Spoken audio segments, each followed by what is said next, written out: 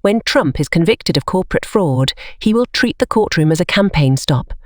A $250 million civil lawsuit filed by the New York Attorney General accuses Trump, his grown sons and his business empire of widespread corporate fraud. Donald Trump faced the Attorney General, who is suing him for massive corporate fraud, and the judge who revoked his business license last week, as the former president entered the first day of a $250 million civil trial in Manhattan court on Monday. Before we get started, be sure to subscribe and hit the notification button to be notified when we post great videos.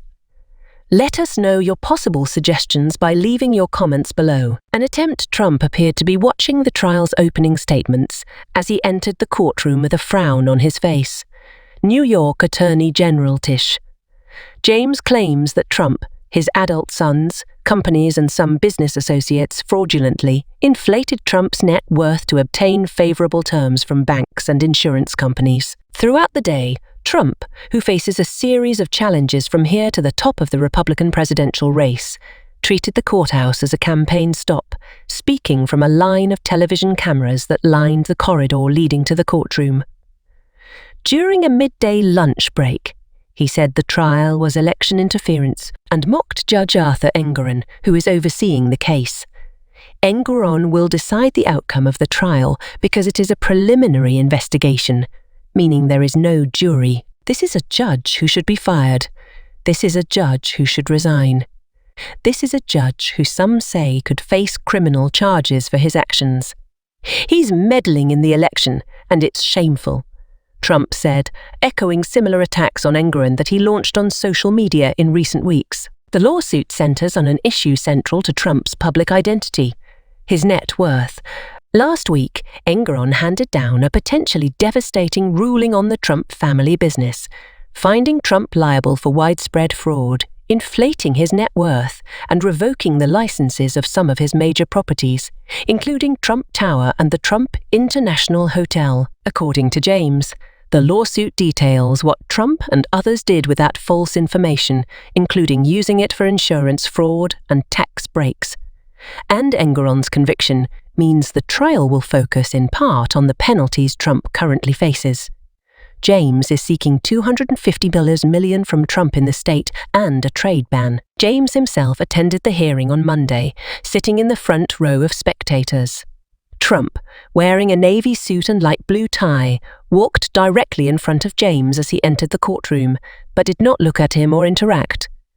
Eric Trump, the son of the former president, who is accused in the case, also appeared before the court. In his opening statement Monday, the Attorney General told the judge it proved Trump overvalued his properties to improve his bottom line. While it may be one thing to overstate with Forbes magazine or a TV group of onlookers, you cannot do it, whereas conducting trade within the state of unused York, a legal counselor for the Lawyer General's office, Kevin Wallace, said.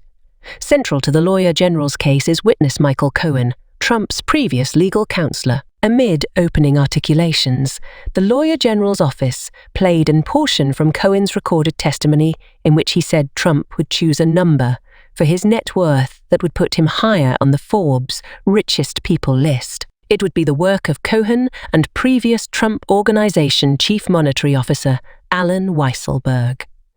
Another one of the litigants, to esteem the properties in a way that would include up to Trump's craved add up to, Cohen said. Mr. Trump would call Alan and I into the office, Cohen said. Let's say he was worth $6 billion, but he needed to be higher on the Forbes list. So he would say, I'm not worth $6 billion, I'm worth 7 or 8.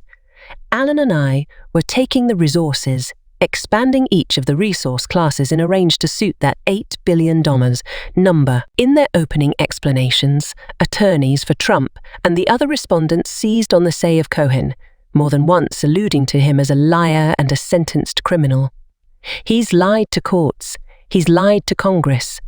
He's lied to everybody and anybody he's come into contact with, said Trump lawyer Chris Keyes. Another defense lawyer, Alina Habba, to some degree overstated conveyance, and what she said were impromptu comments, told the judge that Trump and the others had, in reality, underestimated their properties and were being sued for standard trade loans. We are assaulting a sitting president and 2 of his children and his workers for an explanation of monetary condition that's, to be perfectly honest, worth less than what they are worth, Huber said. The esteem is what somebody is willing to pay, she told the court, portraying Trump buildings as money properties.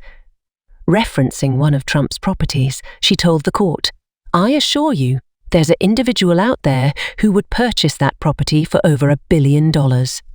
That's not extortion, that's genuine taste state." Before entering the court Monday morning, Trump himself protected his conduct, telling correspondents everything was culminate. There was no crime. He too lashed out at James, calling her racist and a frightfulness a peer who ran on the premise she would get Trump sometime recently she indeed knew anything approximately me. During the last mentioned half of the day, the Lawyer General's office called its to begin with witness. Donald Drinking Spree, a long-time bookkeeper for the Trump Organization, who affirmed that Weisselberg, a litigant within the case, provided Drinking Spree with data he utilized to issue the company's explanations of budgetary condition. Trump's final appearance in an unused York courthouse was in April for his arraignment on criminal charges related to quiet cash installments to porn star Stormy Daniels. He is planned to go to trial in that case next year and is too beneath criminal prosecution in 3 other cases in Florida, Georgia and Washington, D.C. A sprinkling of dissidents showed up exterior the courthouse Monday, a few of them chanting, "Trump lies all the time." That's what we have for you today. What do you think of our video? Let us know in the comments section below, and don't forget to subscribe, like and hit that share button.